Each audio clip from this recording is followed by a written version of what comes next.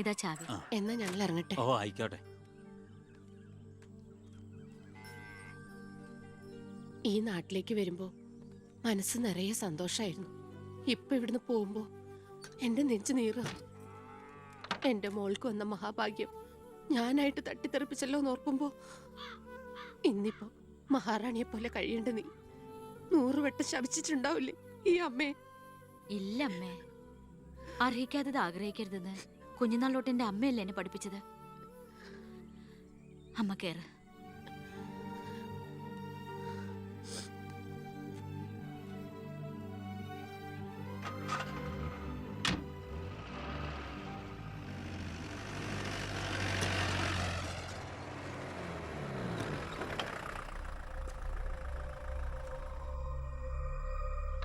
നിർത്തി വണ്ടി എടുക്കല്ലേ.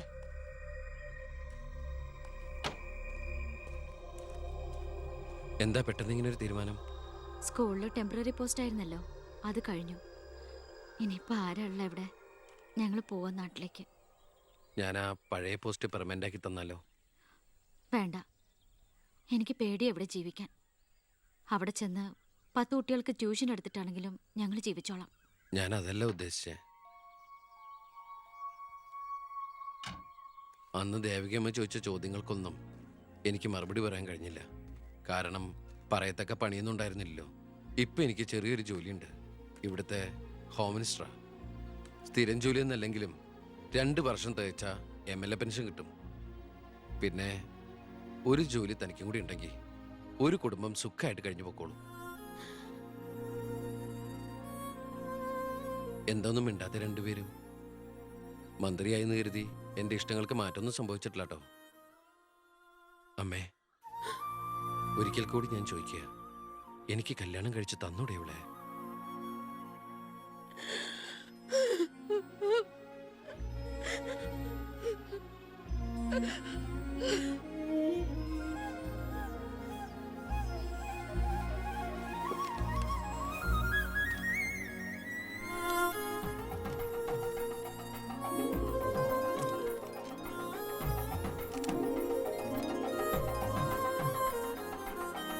ആരാ സാക്ഷികൾ? ഒരു സാക്ഷിയുണ്ടേ, ഒന്ന് മറക്കേ സാറേ.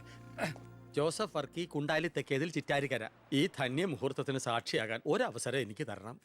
ദാ ഇവിടെ. അങ്ങോട്ട് മാറി നിൽക്കണോ? മാറിയിക്കാൻ പറഞ്ഞപ്പോ ഓക്കെ. തട്ടിപ്പും വെട്ടിപ്പും ഒക്കെ നിർത്തി ഇനിയുള്ള കാലം ഒരു നല്ല മനുഷ്യനായിട്ട് ജീവിക്കണമെന്നാണ് എൻ്റെ ആഗ്രഹം. നല്ലതാ. മന്ത്രിയോടൊപ്പം നടന്നില്ലെങ്കിൽ വീട്ടിലും നാട്ടിലും ഒരു പട്ടിയുടെ വില പോലും എനിക്ക് കിട്ടില്ല. എന്നെ കൈവെടിയരുത്. ഞാനൊന്ന് ആലോചിക്കട്ടെ. എന്താ ഈ പത്രക്കാരും പോലീസുകാരും കാണിക്കുന്നത്? മന്ത്രി വൈഫ് ഒന്ന് പുറത്തേക്ക് ഇറങ്ങിക്കോട്ടെ. ഇന്നത്തെ കൊരകന്റെ പൂമാല കിട്ടിയ പോലെ തിരക്ക് ഉണ്ടാക്കണ എന്താന്നാ ഞാൻ ഉദ്ദേശിച്ചേ.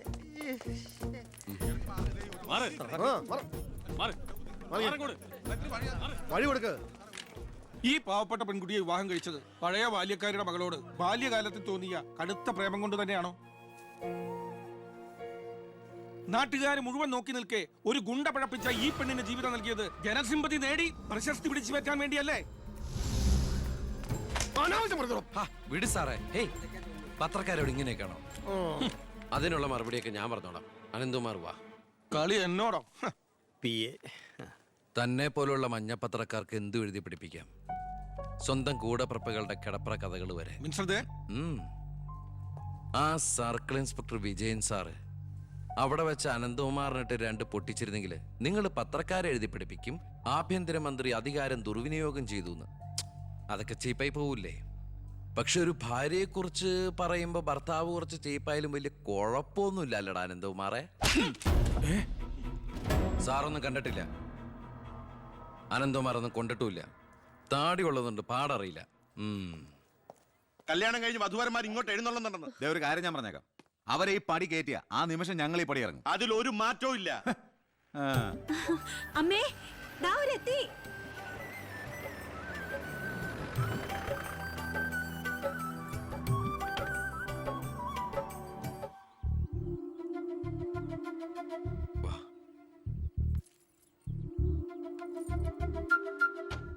IAS IPS കയറി വന്ന ഈ വീട്ടിലേക്ക് ഇവിടുത്തെ വാലിക്കാരിയുടെ മോളെ കെട്ടിക്കൊണ്ട് കയറി വരാൻ നാണമില്ലടാ നിനക്ക്? ഈ കെട്ടിലമ്മേ മന്ത്രിമന്ദിരത്തിലേക്ക് കെട്ടി എഴുന്നള്ളിക്കാൻ വരുന്നില്ലേ? അതെ, അത് തന്നെയാണ് ഉദ്ദേശം. ആഭ്യന്തരമന്ത്രിയുടെ ഭാര്യ മന്ത്രിമന്ദിരത്തിൽ തന്നെയാ താമസിക്കേണ്ടത്. അല്ലാതെ അച്ചുവീട്ടിൽ അട്ടിപ്പേറ് കിടക്കുന്ന ഭർത്താക്കന്മാരുള്ള സ്ഥലത്ത് ഞങ്ങൾ താമസിക്കുമെന്ന് കരുതിയോ? ഇപ്പൊ ഞങ്ങളിവിടെ വന്നത് എന്നെ സ്നേഹിക്കുന്ന എന്റെ അമ്മയുടെ അനുഗ്രഹം വാങ്ങിക്കാനാ. വാ മോളെ, വലതുകാല് വെച്ച് ഐശ്വര്യമായിട്ട് കയറി വാ. ആ പടി ഔട്ടി പോരുത്.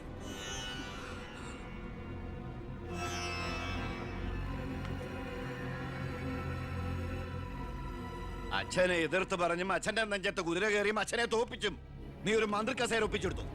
ആ പക മനസ്സിൽ കിടന്ന് നീറുമ്പോഴാ എനിക്ക് കണ്ണെടുത്താ കണ്ടുകൂടാത്ത ഒരുത്തിയുടെ കൈയും പിടിച്ച് നീ കുടുംബത്തിലേക്ക് കയറി വന്നിരിക്കുന്നത്.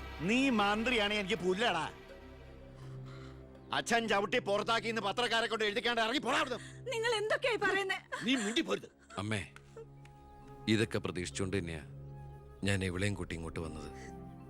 അമ്മയുടെ നിറഞ്ഞ കണ്ണുകൾ കാണുമ്പോൾ എനിക്കറിയാം എൻ്റെ അമ്മ നിറഞ്ഞ മനസ്സോടെ ഞങ്ങളെ സ്വീകരിച്ചു എന്ന്. അനുഗ്രഹം ഉണ്ടാവണം, അത് മാത്രം മതി.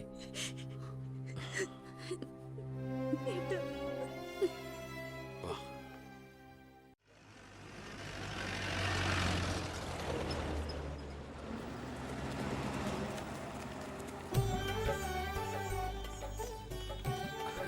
ഈ വീട്ടിലെ അച്ഛനും അമ്മയും പി എയും എല്ലാം ഞാനാ. ഐശ്വര്യമായിട്ട് വലത് കാലം വെച്ചകത്ത് കയറിക്കേ. മാറി നിൽക്കണോ? എന്റെ ഈശോയെ നന്മ വരുത്തണമേ. ഇനിയെങ്കിലും അവരെ അവരുടെ മാത്രം ലോകത്തിലേക്ക് വിട്ടുകൂടെ? മന്ത്രിക്കുമില്ലേ ഫസ്റ്റ് നൈറ്റ് റൊമാൻസും ഒക്കെ? പ്ലീസ് എല്ലാവരും ഒന്ന് പുറത്തേക്ക് ഇറങ്ങും. പ്ലീസ് പ്ലീസ് പറയുന്ന കേൾക്കൂ പ്ലീസ്.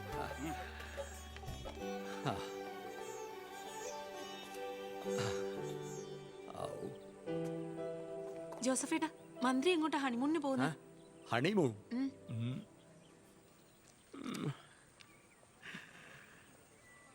എടോ, ജയിലുകളൊക്കെ താൻ പിടിച്ച ഗുണ്ടകളെ കൊണ്ട് ഫുള്ളാ. 3 സെൻട്രൽ ജയിലുകളിലും ഹൗസ്ഫുൾ ബോർഡ് എഴുതി തൂക്കിയിട്ടിരിക്കുക. ആ ഗുണ്ടകൾക്കൊക്കെ ഉണ്ട കൊടുക്കാൻ തന്റെ അച്ഛൻ കട്ടുണ്ടാക്കിയ കാശ് കൊണ്ടുവരോ? പോലീസ് ഇപ്പൊ അങ്ങോട്ട് ഓടുന്നു ഇങ്ങോട്ട് ഓടുന്നു. ഈ മൂത്രം ഒഴിച്ചിട്ടല്ല ജീപ്പ് ഓടുന്നത്, പെട്രോൾ ഒഴിച്ചിട്ടാ. കേരളം ഭരിക്കുന്ന CM ഇങ്ങനെ ഒരു കോമാളിയാവരുത്. അതേടാ, ഞാൻ കോമാളിയാ, സർക്കസിലെ കോമാളി. നീയല്ലേ ഇപ്പൊ എന്റെ റിംഗ് മാസ്റ്റർ. നീ ഇങ്ങോട്ട് ചാടാൻ പറഞ്ഞാ ഇങ്ങോട്ട് ചാടും, അങ്ങോട്ട് ചാടാൻ പറഞ്ഞാ അങ്ങോട്ട് ചാടും. ഒരു ദിവസം എല്ലാം കൂടി എന്റെ കയ്യിൽ നിന്ന് പോട്ടോ. നിന്റെ ഭരണപരിഷ്കാരങ്ങൾ ഇവിടെ നടപ്പാക്കണമെങ്കിലേ ഫണ്ട് വേണം, ഫണ്ട്. നിനക്കറിയോ, ഖജനാവിൽ ഇന്നാള് ഞാൻ കൈയിട്ട് നോക്കിയപ്പോഴേ കാലിയാ കാലി. MLA മാർക്കും മന്ത്രിമാർക്കും അടുത്ത മാസം ശമ്പളം കൊടുക്കണമെങ്കിലേ ADB-ന്നോ വേൾഡ് ബാങ്കിന്നോ ലോൺ എടുക്കണം. അതറിയോ? ഇതാണോ പ്രശ്നം? ഖജനാവ് നിറയ്ക്കാൻ വേണ്ടി ഒരു ബാങ്കിൽ നിന്ന് ലോൺ എടുക്കണ്ട. നമ്മുടെ ഈ സംസ്ഥാനത്ത് തന്നെ ഒന്ന് ശ്രമിച്ചാൽ മതി. എന്നാ നീ പോയി ശ്രമിക്കേ. സാറിന്റെ ഈ പെർമിഷൻ മാത്രം മതി സാർ. Thank you sir. ദേ പോണു എന്ത് മാരണാവോ ഉണ്ടാക്കിക്കൊണ്ടിരാൻ പോണു. ഈ കസേര പോകുന്ന തോന്നണേ.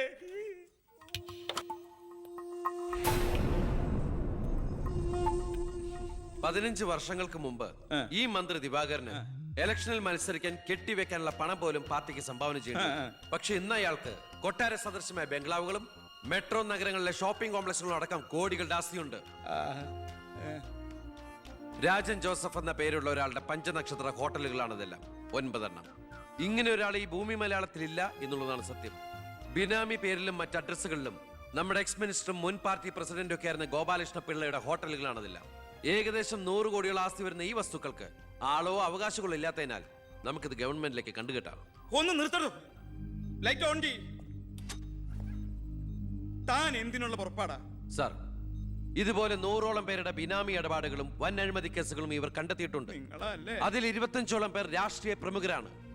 മാധവൻ നമ്പ്യാർ മുതൽ എന്റെ അച്ഛന് പങ്കാളിത്തമുള്ള ചെറാക്കുളം ഫൈനാൻസേഴ്സിന്റെ ഉടമ പവിത്രം വരെയുണ്ട് സാർ ലിസ്റ്റിൽ. ഏകദേശം 1500 കോടിയിലേറെ നമുക്ക് ഖജനാവിൽ നിറക്കാൻ കഴിയും. അത്തരം പറയലടോ ആഭ്യന്തര മന്ത്രി. ഇവരെ ഒന്നും നമുക്ക് തൊടാൻ പറ്റില്ല. മന്ത്രിസഭ നിലനിർത്താനും MLA-മാരെ ചാക്കിട്ട് പിടിക്കാനും തെരഞ്ഞെടുപ്പിന് കോടികൾ വാരി വിതറാൻ കഴിവുള്ള പൊളിറ്റിക്കൽ കിങ് മേക്കേഴ്സ് ആണ് ഇവരൊക്കെ. എന്തായാലും ഇവർക്കെതിരെ ആഞ്ഞടിക്കാൻ തന്നെയാണ് എന്റെ തീരുമാനം. ആഞ്ഞടിക്കാൻ നീ ആരാ? കൊടുങ്കാറ്റോ അതോ കത്രീനയാ? സാർ, ഞാൻ പറയുന്നത് എന്താന്ന് വെച്ചാല്, നീ എന്ത് പറഞ്ഞാലും അത് നടക്കില്ല. കോടതിയും നിയമവും മന്ത്രിസഭയും ഒക്കെ വിലക്ക് വാങ്ങാൻ ആസ്തിയുള്ളവരായിട്ട് ഒരു ഏറ്റുമുട്ടൽ ഞാൻ സമ്മതിക്കില്ല. വേണ്ട. സാറിനൊരു കാര്യം അറിയോ? നമ്മുടെ കേരളം ഭരിക്കുന്ന മുഖ്യമന്ത്രിക്ക് എത്ര കോടികളുടെ ആസ്തിയുണ്ടെന്ന്? തമിഴ്നാട്ടിലും കർണാടകത്തിലൊക്കെ ആയിട്ട് എത്ര ഏക്കർ ഭൂസ്വത്തുണ്ടെന്ന്? ഒരു ദരിദ്ര കുടുംബത്തിൽ ജനിച്ച് ഇപ്പൊ കോടീശ്വരനായി ജീവിക്കുന്ന ആ മുഖ്യന്റെ കഥ ഞാനൊന്ന് വിവരിക്കാം sir. Lights of. Light on. എന്ത് സാറിന് കാണണ്ടേ? നിർത്തടോ. കേരളം ഭരിക്കുന്ന ആ മുഖ്യമന്ത്രി ഞാനല്ലേ? ഞാനിപ്പോ എന്താ ചെയ്യണ്ടേ? അയ്യർ സാറേ, സർ. അതുകൊണ്ട് കൊണ്ടുപോവാ. ദേവരന് അടുത്ത മാരണം. വിദേശ നിക്ഷേപങ്ങൾ വ്യവസായവൽക്കരണത്തിന് എങ്ങനെ പ്രയോജനപ്പെടുത്താമെന്ന് എന്റെ ചർച്ചയ്ക്കായി മലയാളി സംഘടനകളുടെ പ്രത്യക്ഷണം സ്വീകരിച്ച സാറും സാറിന്റെ പിയും അമേരിക്കയിലേക്ക് പറക്കുന്നു. ദാ നിങ്ങൾക്ക് രണ്ടുപേർക്കുള്ള വിസയും ടിക്കറ്റും.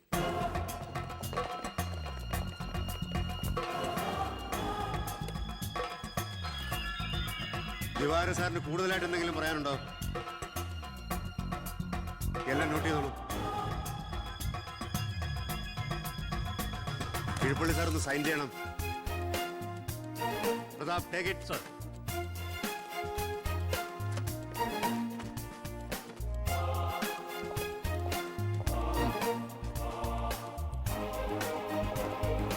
ഒരാളും പുറത്തു പോകരുത്.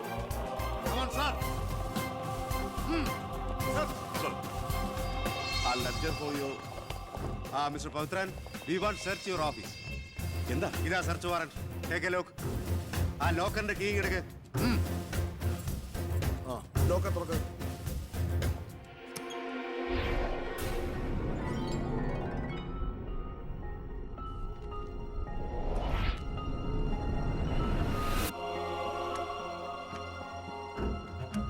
എന്തായി? അതിനകത്ത് കുറച്ചെങ്കിലും വെച്ചേക്കണേ. പാടൂ.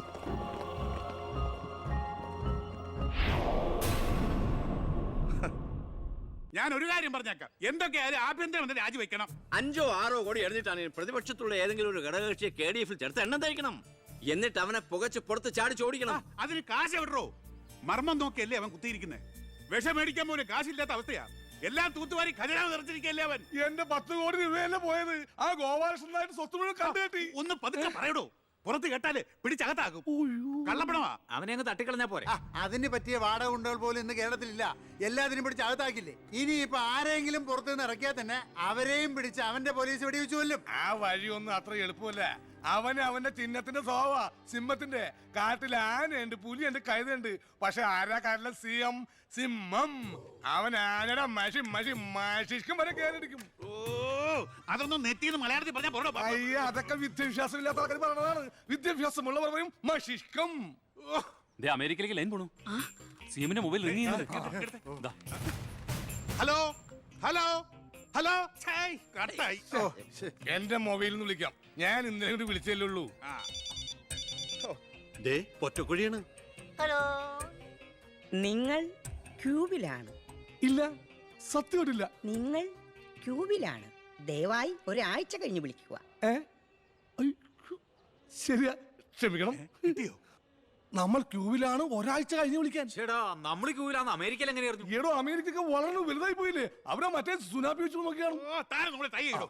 അവൻ രാഷ്ട്രീയ ആചാര്യന്മാരെ പോലും കളി പഠിപ്പിക്കുകയല്ലേ. അവനെതിരായി KDFന്റെ എല്ലാ MLA-മാരും തിരിഞ്ഞു കഴിഞ്ഞു. ഇക്കണക്കിന് പോയാൽ ഈ മന്ത്രിസഭ താഴെ വീഴും. പ്രതിപക്ഷം ഭരണപക്ഷത്തിന്റെ തകർച്ച കണ്ട് മിണ്ടാതിരിക്കോ?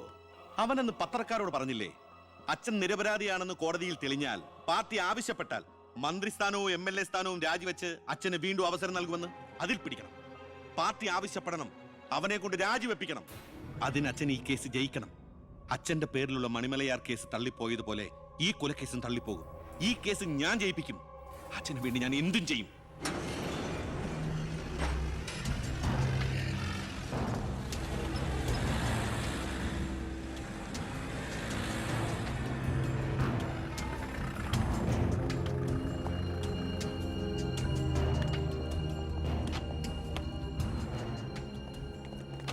സാർ, ഇന്ന് രാവിലെയാണ് സംഭവം നടന്നത്.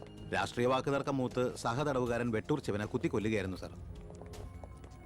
കൂർത്ത കമ്പി ഉപയോഗിച്ചാണ് പ്രതി കൃത്യം നടത്തിയത്. പ്രതിയെ കോടതിയിലേക്ക് കൊണ്ടുപോയിട്ടുണ്ട് സാർ.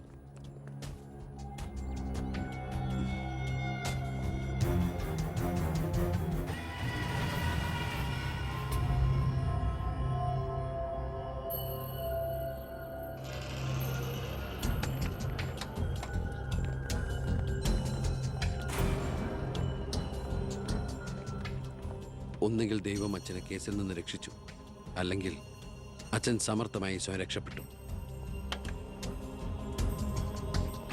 പ്രസാദ് വധക്കേസിൽ 1-ാം പ്രതി കൊല്ലപ്പെട്ട സാഹചര്യത്തിലും 2-ാം പ്രതിക്ക് 1-ാം പ്രതിയുമായുള്ള ബന്ധം സംശയാതീതമായി കോടതിക്ക് മുമ്പാകെ തെളിയിക്കാൻ പ്രോസിക്യൂഷന് കഴിയാത്തതിനാലും 2-ാം പ്രതി ബാലഗംഗാധര മേനോനെ കോടതി നിരുപാധികം വിട്ടയക്കുന്നു. കോടതിയാണ് ബഹളം വെക്കരുത്.